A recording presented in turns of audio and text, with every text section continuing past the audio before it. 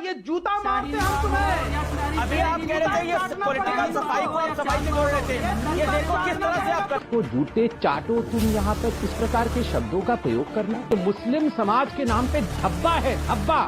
Sir first of all आप तमीज सीखिए एक बात करने की। एक तमाशा आपको करवाना है सर आपने कहा यही तमाशा आपको करवाना है। बूढ़ी अम्मा की कहानी पड़ी ना तो बूढ़ी।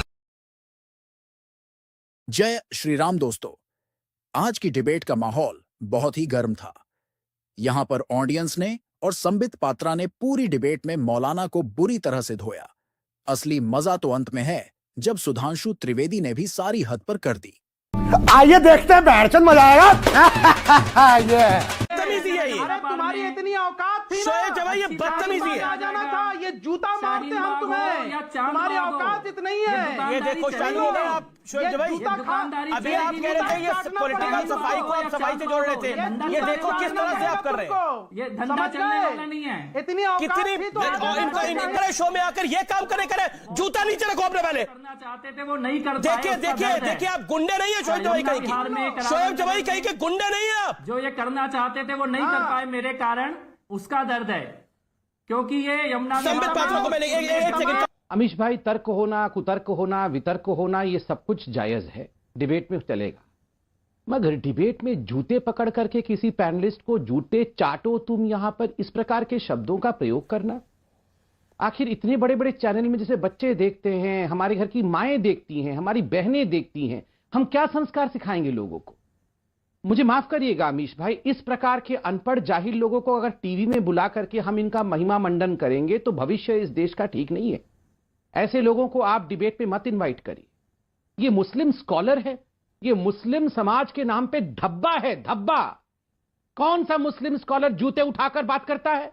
कौन सा मुस्लिम स्कॉलर जूते उठाकर बात करता है? ये स्कॉलरशिप है, ये जूता उनका सर्टिफिकेट है, ये जूता उनकी स्कॉलरशिप का सर्टिफिकेट है। ऐसे स्कॉलर की आवश्यकता किसी नेशनल चैनल को नहीं होना चाहिए। अमीश जी, मैं आपसे सविनय निवेदन करता हूं कि इस प्रकार के छुटभैया नेता, इस प्रकार के अनपढ़ नेताओं को आप तत्क्षणात चैनल से बाहर करिए ताकि एक सबक इन लोगों को हो। आप कब तक सावधान मुझे नहीं लगता ये मुसलमानों को, मुझे नहीं लगता ये मानसिकता यहाँ पर किसी की होगी। कोई अपनी माँ के लिए, बहन के लिए, अपने आस पड़ोस किसी औरत के लिए इस तरह का शब्द इस्तेमाल करेगा कि बुढ़िया को। सर फर्स्ट ऑफ ऑल आप तमीज सीखिए एक बात करने की। अगर आपकी मतलब आपको जरूरत है, क्योंकि आप किसी के बारे में ऐसे बोल नहीं सकते। आज बुढ़िया लफ्ज का क्या बुरा क्या? क्यों आज उनकी वजह से आप बुढ़िया नहीं कहती हो क्या? सर पहले सुनना सीखिए, बोल रहे हैं सवाल सुनिए। आज उनकी वजह से कितनी औरतें हैं जिनको हक मिला है कि वो लड़ सकती है। अगर आज वो ना होती ना, शायद जो औरतें खड़ी हो रही हैं आप लोगों के अगेंस्ट, वो खड़ी ना हो पाती, तो हमारे लिए वो औरत की मिसाल है। हम उसके बारे में कुछ नहीं सुनेंगे, कभी भी नहीं सुनेंगे। शाहबानो किस बात की मिसाल है? आज 70 साल बाद, शाहबानो किस बात की मिसाल है? सर चाहे 100 साल भी उनका नाम आएगा ना, हम उनके पीछे जी लगाएंगे, बुढ़िया करके नहीं बोलेंगे। और ये तमीज आपको भी सीखनी चाहिए। क्या बोलेंगे? आपने कहा वो अगर यही तमाशा आपको करवाना है, सर आपने कहा यही तमाशा आपको करवाना है। बात है, सवाल है। क्या सवाल है यार? नहीं है तो डब्बा गोलोगे। बुढ़िया में और ज़ईफ़ा में फर्क क्या बताइए आपका। मुझे एक बात बताइए, क्या आपने हिंदी की किताबों में बुढ़िया की कहानी नहीं पढ़ी क्या? नहीं पढ़ी, दादी फिर आप जाहिल है। सर दादी सुना, नानी सुना। फालतू की बात करते हैं आप। लक्ष्मीबाई अंग्रेजों को खदेड़ने वाली एक मर्दानी थी और ये शाहबानों को अपने लिए इस्तेमाल करते हैं। आपने बुढ़िया बोला, आपने बुढ़िया बोला, आपने ऑडियंस को जाहिल बोला। करता हूँ लक्ष्मीबाई की ऑडियंस को। ये किसी भी चीज में इज्जत देना नहीं सीख रहे हैं। महिला को देखिए, ये पैट्रियार्कियल सोसाइटी, ये जो कह रहे हैं कि उस बुढ़िया को तो मेरे कितने साल हो गए, अरे वो बुढ़िया नहीं है भैया, वो एज से नहीं और मरते ना, एक जज्बा मरता नहीं है। वो एक ऐसी महिला थी जिसने केस करके कि महिलाओं का अधिकार क्या होता है, उसके लिए वो लड़ी थी। मोदी जी हमारी हिंदू बहनों को भूल चुके हैं। एक महिलाओं को मुझे लेना है, एक सेकंड। हमें ये बताइए, हिंदू महिलाओं में क्या प्रॉब्लम है? पूरी आजाद है।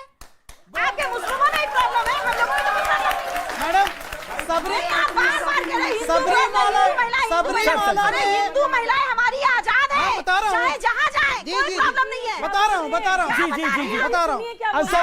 सबरीमाला में जो पिटिशनर का नाम तरमा ने कहा कि हमारे यहाँ फुल आजादी है। किस तरह की आजादी? वो तो पता चले। एक मिनट मैडम शांत बैठिए प्लीज। ऐसे नहीं, उनको ऐसे बोलने नहीं। दीजिए। देखिए डिबेट आप को अपनी डिबेट तरफ के से बोलिए तरीके, ना, आप लोग आप पैनलिस्ट नहीं भक्ति मत कीजिए, डिबेट कीजिए। अभी इन्होंने कहा है कि मुसलमानों ने औरतों का दर्जा नीचे रखा है। अमीश जी, डॉक्टर सुधांशु त्रिवेदी जी बहुत अच्छे इंसान है, पढ़े लिखे, इनसे पूछिए हिंदुस्तान का एक वृद्धाश्रम बताइए जिसमें 5 मुसलमान औरतें आपको मिल जाएं। एक वृद्धाश्रम बताइए जिसमें 5, एक मिनट, जिसमें 5, ना तो मुसलमानों ने औरतों की बेइज्जती की है और ना इस्लाम ने बेइज्जती की है। एक मिनट, अरे छोड़ो ना भाई यार, कहां आ रहे हैं हलाला फलाला पे यार, बहस करती फालतू की बात सुनो। अरे छोड़ो ना, हो गया, अरे भाई हो गया तलाक का मुद्दा। मतलब जहां सारी चीजें जब कुछ नहीं मिला तो हलाला पे आ गए, अब तलाक पे आ गए, अब 4 बाहु विवाह पे आ गए। ये सब क्या तमाशा है? बहस जिस बात पे हो रही है वो करो ना।